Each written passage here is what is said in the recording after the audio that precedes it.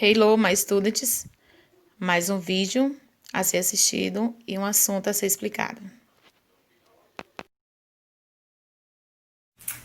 Hello, guys! E aí, tudo beleza com vocês? A aula de hoje tá super maneira e a gente vai estar aprendendo a usar os Double H questions, que são what, which, where, when, why, whose, who and whom, tá bom? A gente vai definir direitinho quando usar cada um e em que situação, tá bom? Vamos lá? Ó, o primeiro que a gente vai aprender é o what, tá bom? Que todo mundo acha que já conhece, que significa o que e qual, né? A gente usa pra perguntar aquela pergunta, né, rotineira, né? What is your name? What is your name? Né? O pessoal não fala what is your name, né? What is your name? Hey, what is your name?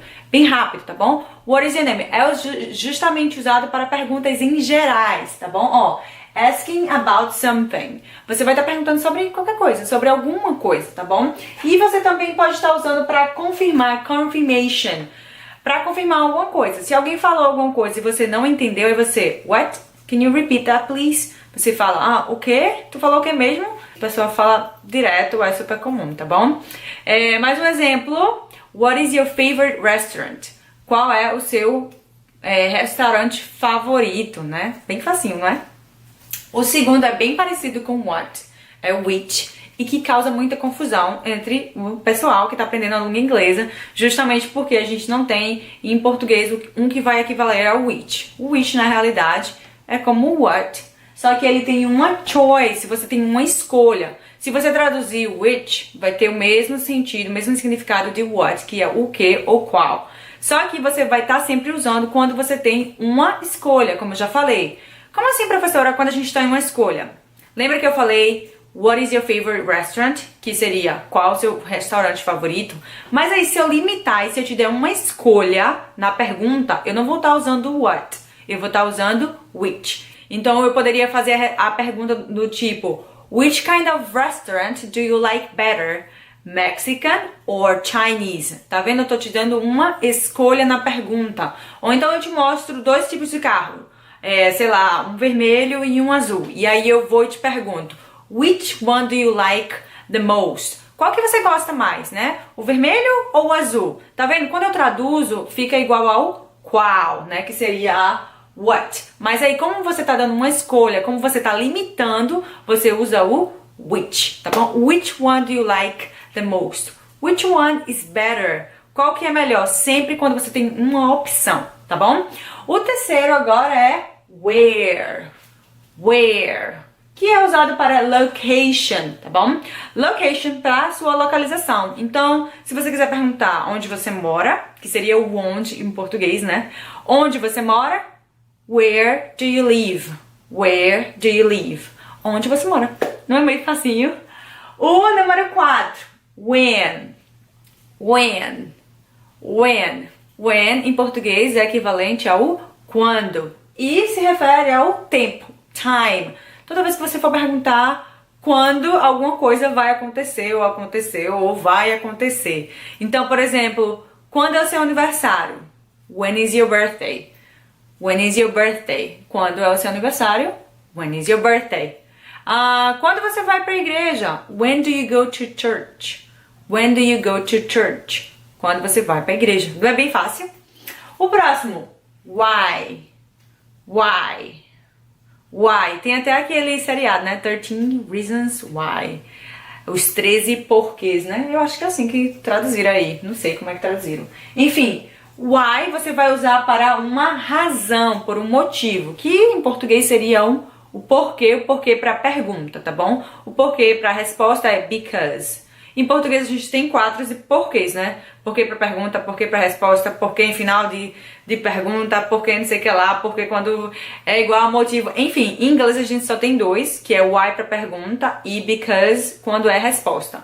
Então, quando eu for fazer uma pergunta que for, né, o porquê de alguma coisa, você vai dizer why. Então, why do you study English? Por que você estuda inglês? Why do you study English? Por que você estuda inglês? Eu estudo inglês porque eu gosto muito. Because I like it so much. Because I like it so much. Tá vendo? Quando eu vou responder, eu uso because. Mas quando eu faço a pergunta, eu uso why. Próximo double H question. Whose, whose, whose, que é o de quem. A gente vai estar estudando a possession. Toda vez que a gente for pensar em posse, de quem é isso, de quem é aquilo, a gente vai estar usando whose, tá bom? Que aí eu até fiz aqui um esqueminha, whose, mais o objeto, e depois is this. Deixa eu colocar aqui, deixa eu mudar isso aqui que não ficou legal. Whose is this? Então, ó, de quem é esse troço aqui? Sei lá, você vai dizer whose car is this?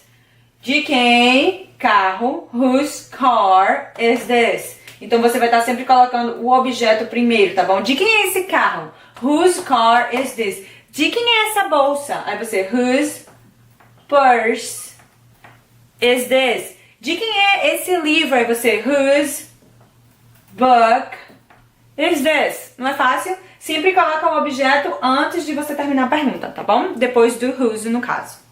Então, agora a gente vai ver who and whom. Se a gente for traduzir, whom e whom tem exatamente a mesma tradução, que no caso é quem. Então a gente tá tipo falando aqui a mesma coisa de what, which, né? Se repetir o caso, who and whom, e causa muita confusão na cabeça dos brasileiros, né? Na nossa cabeça, na cabeça de quem tá aprendendo inglês. Mas na realidade não precisa ficar muito louco, até porque no uso mesmo, no dia a dia, as pessoas vão usar somente o who.